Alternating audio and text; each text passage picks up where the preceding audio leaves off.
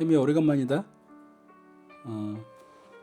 전에는 마음 공부를 했다면 오늘은 산상수훈 5번째 복, 국률이 여기는 자는 그들이 국률함을 받을 것이며, 이거에 대해서 잠깐 얘기를 해볼게. 산상보훈의 8복은, 이 복은 이미 혜미처럼 예수를 믿고 구원받은 사람들에게 이미 허락된 복이야. 혜미가 하나님 나라의 백성으로 천국의 시민으로 지금 살아가고 있잖아. 우리와 같은 하나님 나라의 백성 된 우리에게 또 우리가 얼마나 복받은 자인지를 예수님께서 빼어난 가르침으로 주신 가르침인 산상수훈의 8복이야. 이 시간에는 8복 가운데 국률이 여기는 자는 복이 있나니 그들이 국률함을 받을 것이며, 이 5번째 복에 대해서 얘기를 해볼게. 아까 조금 전에 말한 대로 국률이 여김을 받는 자는 국률이 여김을 받는다고 했는데, 우리가 이미 받은 복이라 그랬지. 우리가 예수를 믿음으로 예수의 제자의 심령, 예수 생명을 가진 자는 이미 국률함을 받았고, 또 국률함을 받았기 때문에 우리는 마땅히 국률함을 가지고 사는 거야. 뭐와 같냐면, 우리는 이미 사랑을 받았어. 하나님의 사랑을 받았기 때문에 우리 안에 사랑이 충만하지. 그러니까 이 세상을 어떻게 사는 거야? 사랑으로 사는 거야. 사랑이신 하나님을 우리가 믿음으로 하나님이신 그 사랑의 하나님이 우리의 아버지이기 때문에 그의 자녀되는 우리가 마땅히 이 세상을 사랑으로 살아가야 돼. 그건 너무나 자연스럽고 당연한 일이지. 그와 같이 이미 하나님 나라의 백성된 우리는 하나님의 국률하심을, 불쌍히 여기심을, 자비하심을 우리가 충만히 받았기 때문에 우리가 사단의 나라에서, 죄인의 나라에서 이제는 하나님 나라로 옮겨진 자의 복으로 사는 거지. 그래서 어찌 보면 당연한 이야기를 하고 있는 거야. 국률이 여기는 자는 복이 있나니 할 때, 우리가 누군가를 불쌍히 여기고 국률이 여기고 용서하는 삶을 살 때, 그때 비로소 우리가 국률이 여기는 자가 된다는 뜻이 아니야. 혜미나 나나 하나님의 은혜 가운데 예수 그리스도를 믿음으로 이미 우리가 하나님 나라의 백성이 되었지. 이 백성이 된 것은 우리의 노력과 의로움과 우리의 수고를 통해서 된 것이 아니고, 이미 하나님께서 예수 그리스도 안에서 우리를 불쌍히 여기고 우리를 한없이 국률이 여기신 거야. 마음 깊이 우리를 짠하게 여기신 거지.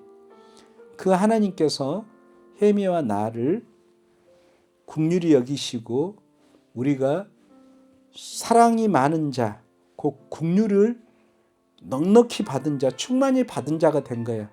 그래서 혜미 안에도 하나님의 국률함이 넘쳐나고, 나 또한 하나님의 국률함이 넘쳐나고, 이 땅에 예수를 믿는 모든 사람들은 다 하나님의 국률함이 넘쳐나고 있지. 그래서 제자의 심령, 지금 8복을 듣고 있는 하나님 나라의 모든 시민들은 다른 말로 하면 국률이 넘쳐난 자야. 국률이 충만한 자라고. 그래서 국률이 여긴 자는 복이 있나니, 이 말은 이미 너희들 안에 예수 안에서 하나님의 국률함이 넘치는 자는 복이 있나니, 이런 뜻이야. 그런 점에서 이 복은 누구 복이야? 국률이 여기는 자는 누구를 말할까? 혜미 너를 말하지. 예수를 믿는 혜미를 말하고, 예수를 믿는 이 땅의 모든 성도들이 다 이미 국률함을 받았기 때문에 국률이 여기는 자인 거지.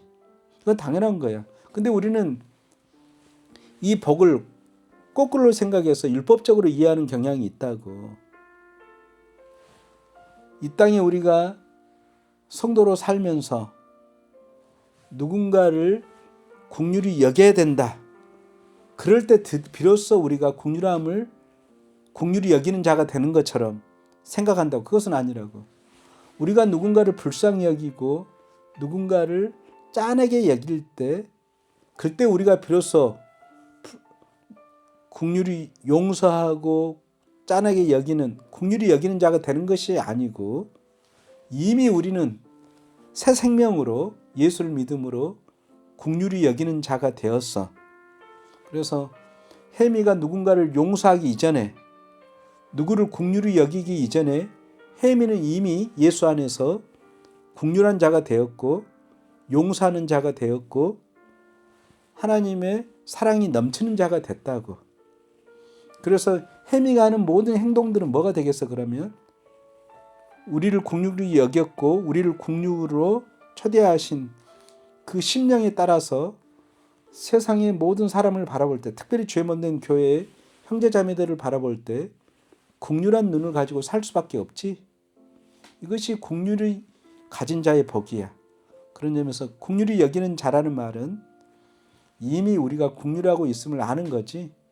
그래서 우리가 긍휼함을 누군가를 여길 때 그때 비로소 우리가 긍휼함을 받는다는 약속이 아니고, 이미 너희는 제자의 심령 예수 생명을 가졌으므로 너희가 이미 긍휼함을 받았기 때문에 너희들은 긍휼함을 여기며 살아야 돼. 그 말이 긍휼히 여기는 자는 복이 있나니 그들이 긍휼히 여김을 받을 것이며, 이 말이야. 우리는 이미 하나님 나라의 백성이 될 때 우리의 떳떳한 선함으로 받은 것이 아니고 한량없는 하나님의 그 긍휼하심 따라서, 불쌍히 여김 따라서 우리가 하나님 나라의 백성이 되었다고. 그런 점에서 우리는 마땅히 긍휼함을 행하면서 사는 것은 당연한 일이야. 그걸 지금 말하고 있는 거야. 세상 사람들은 긍휼히 여기고 싶어서 긍휼히 여길 수가 없어. 다른 사람을 용서하려고 해도 용서할 수가 없다고. 용서는 할 수 있겠지. 잠깐의 긍휼은 여길 수 있다고. 그러나 능력이 없어. 뭐가 같냐면 혜미가 나한테 돈을 1억을 꾸주고 싶어. 내가 목사님이 나한테 부탁을 해. 혜미야, 내가 힘든데 1억만 꿔줘. 근데 혜미는 목사님을 도와주고 싶은 마음은 간절해. 그런데 돈이 1,000만 원밖에 없어. 그럼 1억을 꾸줄 수 있을까 없을까? 어? 크게 말해. 못 꾸주지? 그러지. 세상 사람들이 그래. 세상 사람들은 착한 사람도 있고 선한 사람도 있을 수 있겠으나 그들은 예수 안에서 완전한 무한한 큰 긍휼함과 용서함을 받지 못했기 때문에 그들은 누군가를 용서하려 할 때 온전히 용서하기가 어려워. 근데 예수 믿는 모든 성도들은 하나님 앞에 무한하신 한량없는 용서와 긍휼함을 받았기 때문에 이미 그것을 가졌어. 그러니까 마음껏 다른 사람을 70번씩 7번까지라도 용서하며 살 수 있는 거지. 이것이 우리가 가진 아까 5번째 복, 긍휼히 여기는 자의 복이야. 이미 우리는 다 가졌다고. 아까 말한 대로 혜미가 이제는 돈으로 한다면 1,000억대의 부자야. 하나님 은혜 가운데. 그래서 목사님이 1억만 빌려달라 그러면 혜미는 어쩔 거야? 차용증 쓰고 마음껏 빌려줄 수 있지? 이 긍휼히 여긴 자는 복이 있나니 그들이 긍휼히 여김을 받을 것이며를 목사님이 생각할 때 예수님이 비유를 잘 들어서 우리에게 가르친 것이 있어. 마태복음 18장에 보면 우리가 잘 아는 용서에 관한 비유가 나와. 이 비유 이전에 베드로가 먼저 물어 예수님께, 우리가 용서를 하는 데 있어서 몇 번까지라도 용서하면 좋겠어요? 베드로는 예수님께 큰맘 먹고 우리가 7번까지라도 용서하면 됩니까? 이렇게 물었어. 7번이라는 것은 완전 숫자이기 때문에 나름대로 용서할 때까지 노력을 하겠다는 뜻이야. 인간적으로. 그러니까 베드로가 멋지게 질문한 거지, 예수님께. 때로는 칭찬 듣기 위해서. 예수님, 내가 용서하려고 하는데, 예수님이 제자로서 내가 큰맘 먹고 7번까지라도 용서하면 살까요? 이렇게 말한 거야. 그때 예수님께서 하신 말씀이 7번까지라도 용서하는 것도 좋지만 내 제자라면, 제자의 심령, 예수 생명을 가진 자라면 7번이 아니라 7번을 70번까지라도 용서해라 그래. 이 말은 7 곱하기 70 하면 490이지 490번 용서란 말일까? 영원토록 끝까지 용서해란 말일까? 그렇지. 영원토록 끝까지 용서하는 거야. 예수님이 이렇게 말씀하신 이유가 뭘까? 예수 믿는 예수님의 제자들은, 하나님 나라의 백성들은 7번만이 아니라 7번씩 70번만이 아니라 끝까지 용서해라는 말이야. 우리에게는 그 용서의 힘이 있어 없어? 있지. 하나님께서는 예수 안에서 우리를 70번씩 7번이 아니라 끝까지 영원토록 무한히 용서하셨어. 그래서 그 나라의 백성된 햄이나 나나 이 땅의 모든 성도들은 마음속에, 심령 속에 7번이 아니라 7번씩 70번도 아니라 영원한 무한한 용서의 능력을 다 소유하고 있다고. 그래서 우리가 이 세상을 살아갈 때 어떻게 살아야 돼? 한 번만 용서해야 돼? 3번만 용서해야 돼? 그렇지. 끝까지 용서하는 거지. 하나님이 예수 안에서 우리를 용서하셨듯이 우리가 그것을 우리의 힘과 노력으로 할 수 있을까? 이미 우리 안에 뭐가 있어? 무한한 용서를 경험한 그 생명이 우리 안에 있는 거야. 그 능력이. 그래서 우리가 70번씩 7번까지라도 또 영원토록 우리의 원수까지라도 용서하며 살 수 있는 거야. 용서를 가졌기 때문이지. 우리가 이렇게 용서할 수 있는 것은 내가 그런 능력이 있어서가 처음부터서가 아니라 예수 안에서 우리를 하나님이 용서하셨기 때문에, 그 끝없는 용서함을 우리가 가졌기 때문에, 그 긍휼함을 입었기 때문에 우리가 마음껏 용서하며 살 수 있는 거예요. 그래서 팔복에서 5번째로 긍휼히 여기는 자는 복이 있나니 그들이 긍휼함을 여김을 받을 것이며, 이 말은 이미 우리가 긍휼함을 받았기 때문에 마음껏 다른 사람을 긍휼히 여긴다는 뜻이야. 그런데 만약에 내가 혜미에게 용서를 안 해줘. 이것은 뭐야? 내게 용서가 있다는 뜻이야? 없다는 뜻이야? 그렇지. 내게 용서의 경험이나 체험이나 생명이나 그 긍휼함의 능력이 없다는 뜻이야. 그래서 내가 긍휼함을 안 받은 거야, 하나님 앞에. 역설적으로 그렇게 되지. 그런데 내가 혜미를 마음껏 용서한다는 뜻은 내가 이미 하나님의 한량없는 사랑, 끝없는 사랑과 용서를 가지고 있다 없다? 가지고 있다는 증표야. 그래서 긍휼히 여긴다는 것 자체가, 긍휼히 여기는 자는 복이 있나니, 이 말 자체가 뭐야? 이미 그 긍휼은 땅으로부터는 긍휼이 아니고 하늘로부터, 하나님께로부터 온, 십자가로부터 온 한없는 용서와 긍휼을 이미 가진 자라는 뜻이야. 그 예수 그리스도의 십자가 용서와 긍휼을 가진 자로서의 긍휼히 여기는 자는 복이 있나니, 그런 뜻이라고. 알겠지? 그런 점에서 예수님이 이 베드로에게 귀한 비유를 해줬어. 어떤 비유를 해줬냐? 70번씩 7번 용서라고 베드로한테 말하면서 예수님이 하나의 비유를 들어. 용서할 줄 모르는 종의 비유라고 우리는 알고 있지. 어떤 주인에게 10,000달란트의 큰 빚을 진 그 종이 있었어. 오늘날로 말한다면 한 100억쯤 빚을 졌어. 100억의 빚을 졌는데 주인이 그 갚은 날 안 갚으니까 불러다 놓고 네 아내나 네 자식을 또 네가 가진 모든 걸 팔아서 100억을 갚아라 그래. 그러니까 그 빚진 종이 싹싹 빌어. 용서해 달라고, 내가 다시 갚겠다고, 연기해 달라고 하니까 주인이 봤을 때 아무리 저 사람이 부인이나 또는 처자식이나 또는 재산을 다 팔아봤자 돈 1,000만 원도 안 나올 것 같아. 갚을 수가 없어. 그러니까 긍휼한 마음을 가지고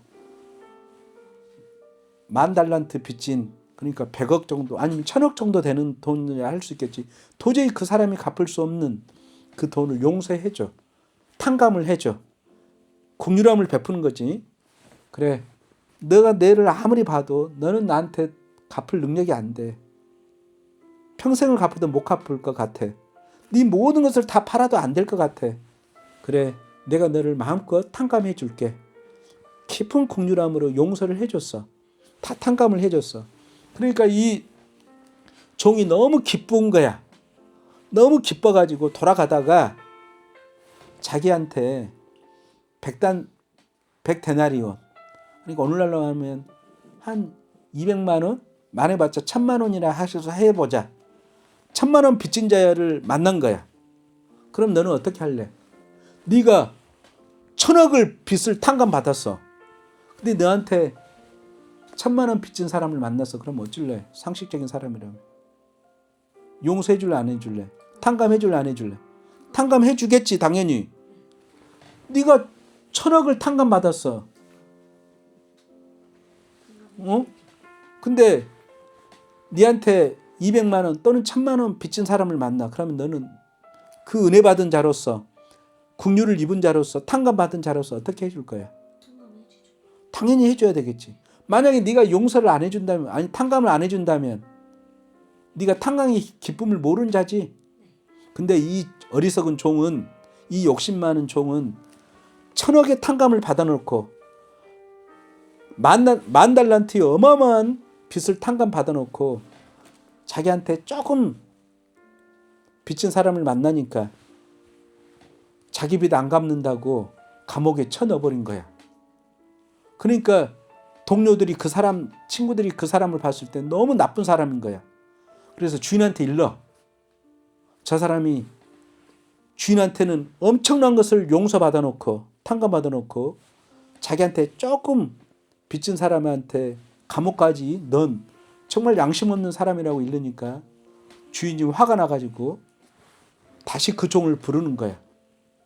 너는 나한테 그 많은 것을 탕감해 놓고 탕감 받아 놓고 너가 너 동료한테 그렇게 할 수 있느냐 하면서 다시 모든 걸 없애버리고 감옥에 쳐넣어버린 거야.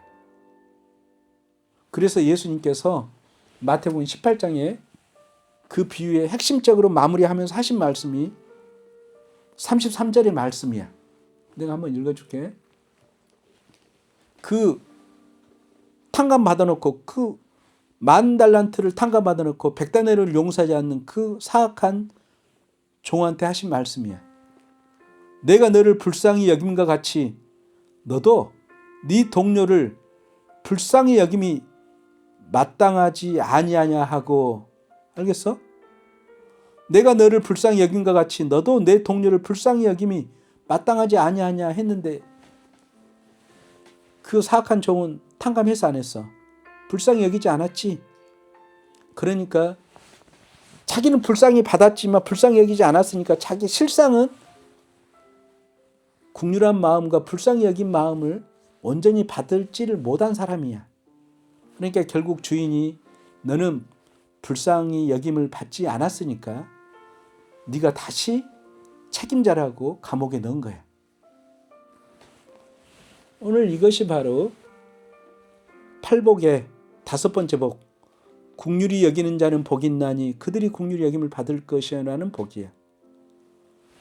하나님 나라의 백성들은 이미 예수 그리스도 안에서 영원토록 갚을 수 없는 빚을, 무한한 그 빚을, 죄악의 빚을 예수님께서 다 갚아줬다고, 대속의 죽음으로 죽어주셨다고. 무한한 용서와 긍휼을 받은 자리 우리 그리스도인이라고. 근데 혜민한 내가 돼가지고 항목삼이 돼가지고 한없는 제 용서를 받아놓고 만나는 친구들이나 교회 성도들과 이 땅의 삶을 살면서 나한테 잘못했다고, 내 원수라 하고 또 어떤 사람에게 내가 용서하지 않는다면 우리가 용서함을 긍휼히 여김을 받은 자가 맞을까? 내가 하나님 앞에 용서를 받았다고 말은 해.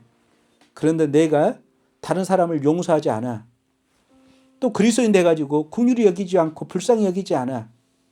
늘 세상 사람들처럼 계산적으로 그 사람을 평가하고 판단하고 긍휼함 없이 사랑 없이 살아가. 그러면 하나님이 봤을 때 우리가 진짜로 긍휼함을 받은 자일까? 용서함을 받은 자일까? 그렇지 않아. 그래서 하나님께서는 우리에게 우리가 만약 그렇게 산다면 너는 말로만 긍휼함을 받았다고 용서함을 받았다고 하면서 있기 때문에 너는 내 하나님의 자녀가 아닐 수 있어. 그걸만 보더라면 그러잖아. 율법적으로 다가갈 것이 아니라 긍휼함을 받은 자는 그것도 무한한 긍휼함을 받은 자는 마땅히 긍휼함으로 살아가겠지. 그 말이야. 그래서 긍휼히 여긴 자는 복이 있나니를 누구를 가리켜?